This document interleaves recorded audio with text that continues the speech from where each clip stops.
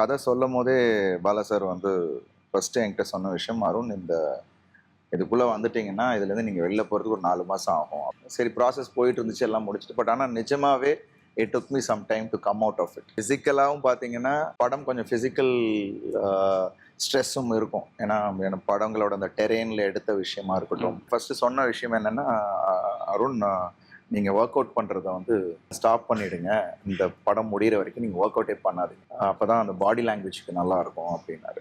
எனக்கு ரொம்ப கஷ்டமான விஷயம் அதுதான். ஏன்னா ஒர்க் அவுட் பண்ணுறதுன்னு நம்ம ரொம்ப ரொட்டீன். ஸோ கிட்டத்தட்ட 1 to 1.5 years அப்படியே I just stopped working out.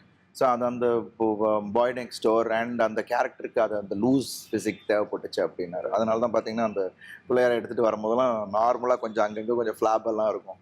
வனங்கானில் raw fight இல்லை that was no rope nothing.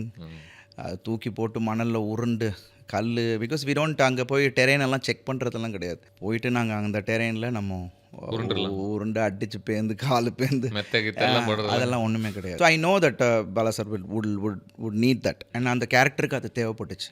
But it was very satisfying.